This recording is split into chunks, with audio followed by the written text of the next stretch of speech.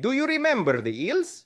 Well, we have no idea how they entirely make babies. Well, sort of. European and American eels have been studied for millennia, and only now do we know a part of how they reproduce. I mean, if you take an eel and dissect it, you won't find any reproductive organs or eggs. And this happens for a peculiar reason. And to explain it to you, we need to give you a little context. Researchers on the subject have tried practically everything to solve this mystery. First, they installed microphones on the seabed to see if they could hear the eels making babies, but no, they didn't hear anything. In a tank, they gave them female pheromones to see if they attracted any males, and nothing happened. They even tried putting 100 eels in a tank in France, and they started eating each other. Nothing worked. Hey, what if we track them to where they are born? Good idea. So another group of researchers installed trackers on several eels and released them into the sea. And it's not that the trackers fell off. They tried again, and the trackers ran out of battery. In the end, they only managed to track a single European eel to the Sargasso Sea.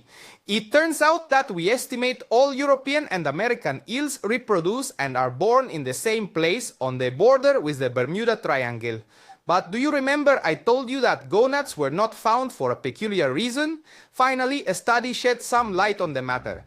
In Japan, with the use of special hormones, they managed to get 3 species of eels to develop gonads. In nature, they only develop their organs when they reach the Sargasso, where they undergo almost a metamorphosis at a depth of 600 to 1,200 meters, which confirms that they reproduce sexually like most fish, releasing little eggs and baby milkshakes at the bottom of the sea. And although all this is well supported, what happens down there is still a hypothesis. And even so, when more than 7,000 eggs were collected from the seafloor, none were eel eggs, and that remains a mystery to this day. And that's exactly why we don't know everything about eels. Please stay until the end to hear the following. A few days ago, I published this same video with recent and viable data and studies, but not updated. For that, I apologize. I brought you information that was incomplete. Thank you for letting me know, and I promise that in the future I will be more diligent. And by the way, I am very grateful to my buddy Cuy Corrales, the great expert who worked with me to bring you the freshest data, which is the least you deserve.